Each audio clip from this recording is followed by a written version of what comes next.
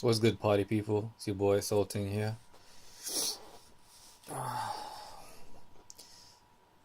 Recovering slowly. I think I'm trying to stay indoors for 3 days straight. Second day in a row. I'm pretty sure I've done more than that in the past.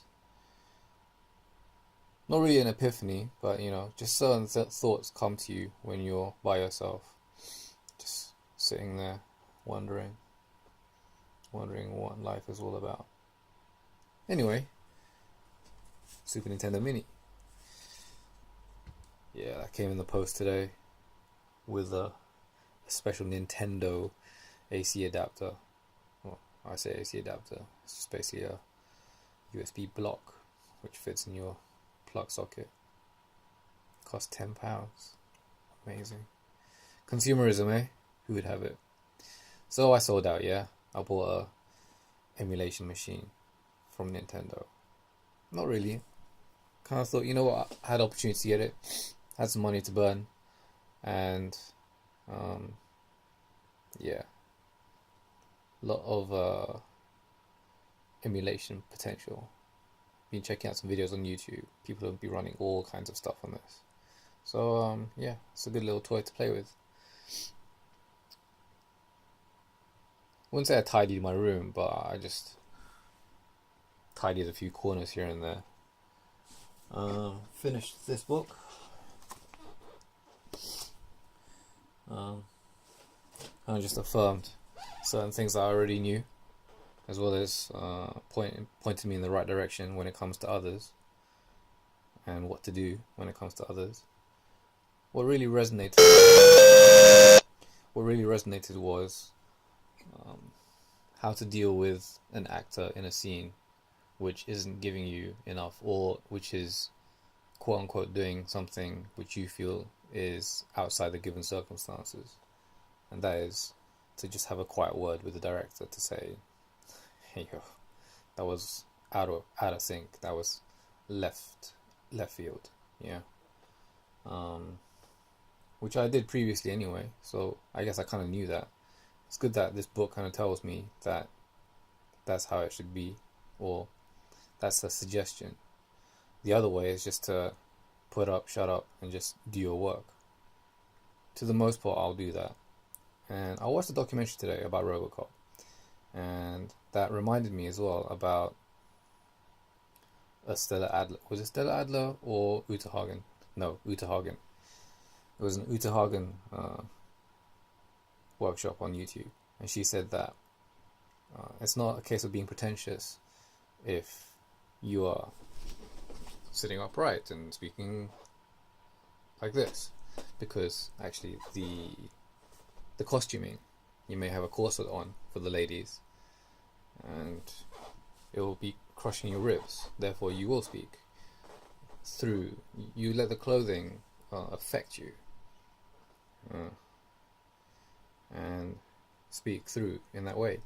So what highlighted in this RoboCop documentary was the fact that Peter Weller, he was doing all this robotic movement practice with a teacher, spending a lot of time prepping, and then finally when the suit came, he couldn't do it, and he protested to the director to say, like, look, this is stupid. I can't do what I need to do because I'm not used to the suit yet.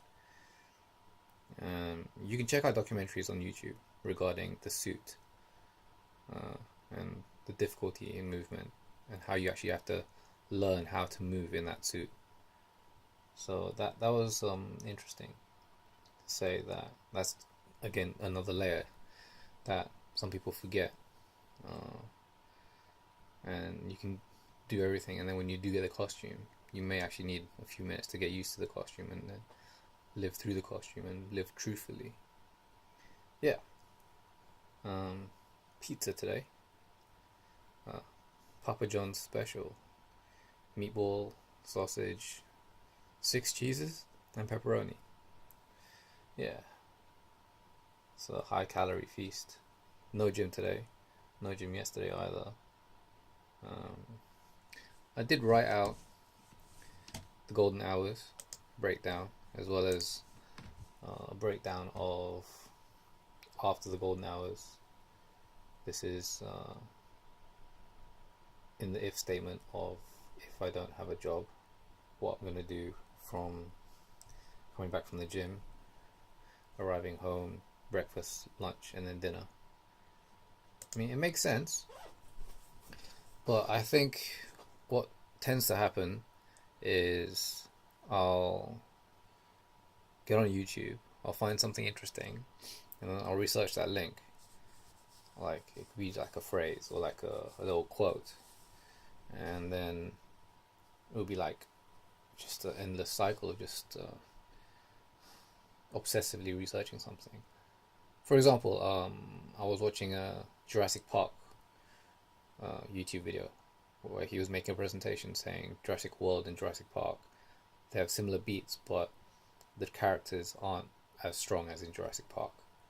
And then he did a Terminator 2 movie, and then he expressed something about the hero's journey, Joseph Campbell, and the monomyth, which is what I'm reading about now, which is interesting. So I thought, okay, I'm going to spend my time seeing what his interpretation is. Yeah, so that was kind of interesting, you know. So not to say like I shouldn't let my mind wander and get obsessive like that, but it should be more structured. And this is my attempt to structure everything again, of when I should wake up, times I need to catch the bus, how to set up the Pomodoro sessions, etc., etc. Part of me is like, okay, I'm scared of doing this. Another part of me is like, you know, in order to be this next level being, a lot's gonna change. I guess from me being who I am, I won't recognize this me if I come and see this video when I am this obsessive with my routine. Yeah. So that's where I am at the moment. Still in my head thinking about certain things. There's a couple more days, let's say a couple more days, 4 or 5 days more or left of the 30-day challenge, and then that's gonna then reset, and then another 30 days. Haven't bought my ticket yet to South Korea.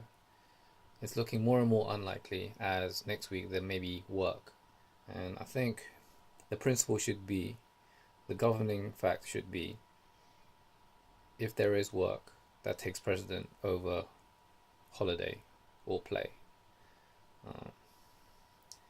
And then if there's no work, then I need to, in turn, find something that I'm obsessed about and can work towards. I think because I know I'm getting paid and it's on me to look out for someone else, that's why I feel an impetus to go that way.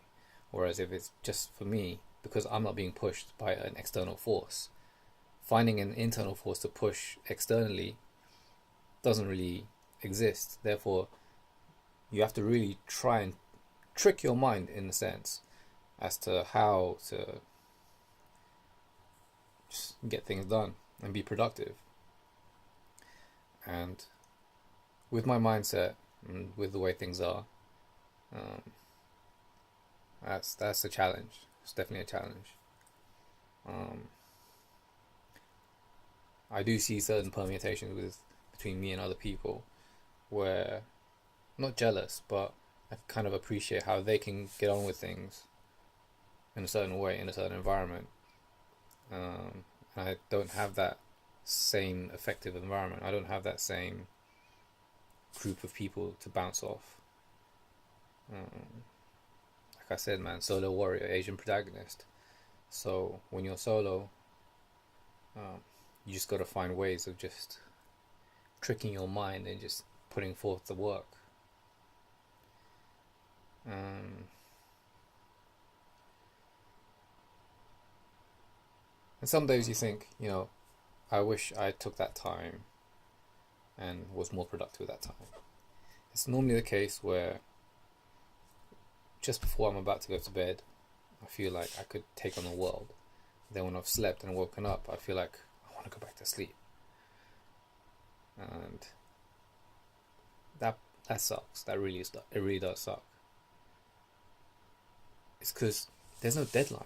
There's no thing where you're like, okay, I'm working towards this production because I know that I'm going to be booked for this. You don't know. And then you just have to find something else inside of you to say that, you know what, I need to prepare myself so that when that opportunity comes, bang, I'm just ready for that opportunity. And there's no doubt in that other person's mind that you're right for the job.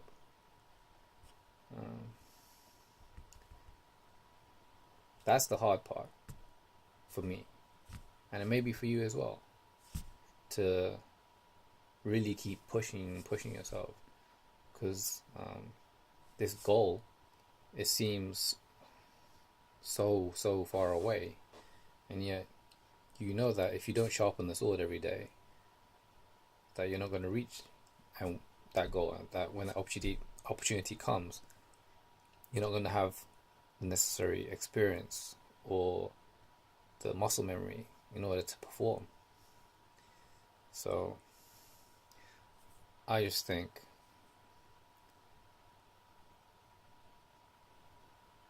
actions speak louder than words, and in order to just get things done, it needs to get done. You got to get it done. So I'm gonna figure this out, and I'll see you in the next video. Yeah, all for now. Peace.